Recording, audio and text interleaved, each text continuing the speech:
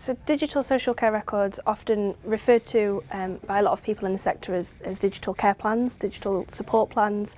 They are essentially a digitisation of all of the documentation that you might typically include in a care plan record folder, digitised so that we can reap all the benefits of digitisation. So what are some of the benefits for care providers for going digital? So along with the ease of actually documenting the information at the time of providing care, the transparency of information, the carrying information to other people across the sector and the awareness of the care that's being provided. There's also huge time-saving benefits in terms of the people providing care themselves, so that they're able to document the information that they need to document and then get back to the reason why they're in care in the first place, and that's to provide outstanding care to the people that they're there to support. I think for me as well is I'm a regional business manager, and it's having the ability to check in on a service remotely. So anyway, I could do it from here today just to make sure, you know, the audits are being done, any actions follow through. There's also a massive safety benefit as well, so being able to really record information about people's care needs in real time and being able to highlight potential risks, things like risk of dehydration and malnutrition, and medication errors and things of that nature, being able to pick up on those things and respond to them quickly and efficiently. So there's a big benefit to service user safety as well in using digital care records. I think that's a really important point, but the other thing about them is that they're also creating a platform for the future. So as we see technology continuing to develop and evolve and see the impact that it can have in care delivery, we will need to plug a lot of the information that we're getting from some new technology into something so that we can actually make good use of the information that we're getting. So if we take as a really practical example, I think remote monitoring technologies people talk about quite a lot.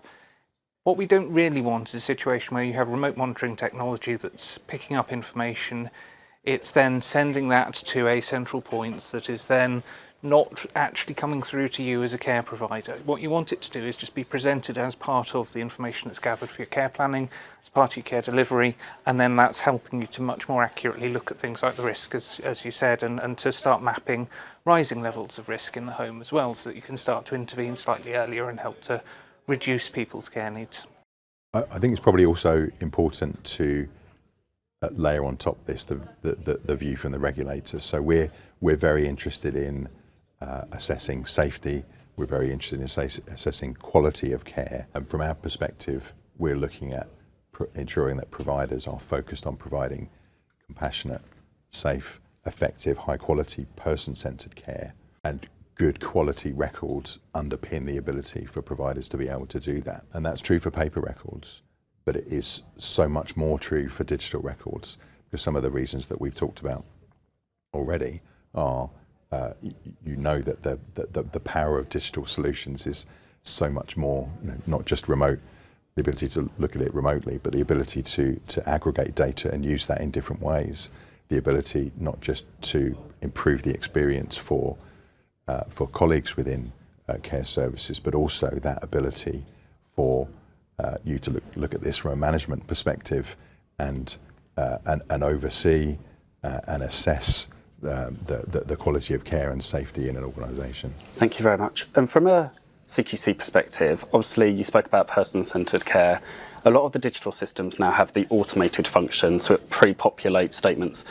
What would your advice be for providers that are using a system where it's pre-populating, so new and could be seen as taking away some of that person-centeredness, because it's obviously more of a generic response? I mean, I think for us as the regulator, and we've put this in our recent updated guidance on good practice with digital care records, is that we would still fundamentally expect that providers have person-centered care records. So although there may be some aspects of, for example, you know, activities that have been done or medications have been given that could be done as a more efficient, you know, exercise in being able to record that, we would still expect for digital care records to follow the same principles that they would as paper care plans, that they should be person-centered, they should include information about what's important to that person. Ideally, it should be involving that person and those that are important to them in being able to gather that information. But there are certainly efficiencies that digital care records in the daily, you know, upkeep of people's needs and tracking of their needs that can add to it. So I think you can have both. You can have those efficiencies as well as having that person-centered care. And I think it's also really important that we don't look at the digital care records and say, okay, that can pre-populate some of the data and therefore that's going to stop person-centered care. I think person-centred care is much more about the way in which the care provider operates than the technology they're using. And one of the things that we're always very mindful of in the work that we're doing is it's not about technology for technology's sake. It's about how is this helping people to deliver better care, better quality care, safer care, more efficient care. Yeah, no, thank you very much. So, burning question from providers, from somebody from the CQC to answer, is will digital social care records become mandatory during inspections? It isn't for us to mandate any particular requirements, but what I would say is, I mentioned about our single assessment framework. That's something that all providers will start to learn about over the course of the next few months. Part of that is a body of consistent quality statements that will apply to various different parts of the operation. Part of that will look at your ability to manage good quality care records. What we would certainly see over time is that it's likely to become increasingly difficult to maintain the levels of quality that other providers are achieving with digital social care records, and therefore it becoming increasingly difficult to maintain a good or outstanding rating if you have not made that move. You know, we talked about the support there's significant support available right now.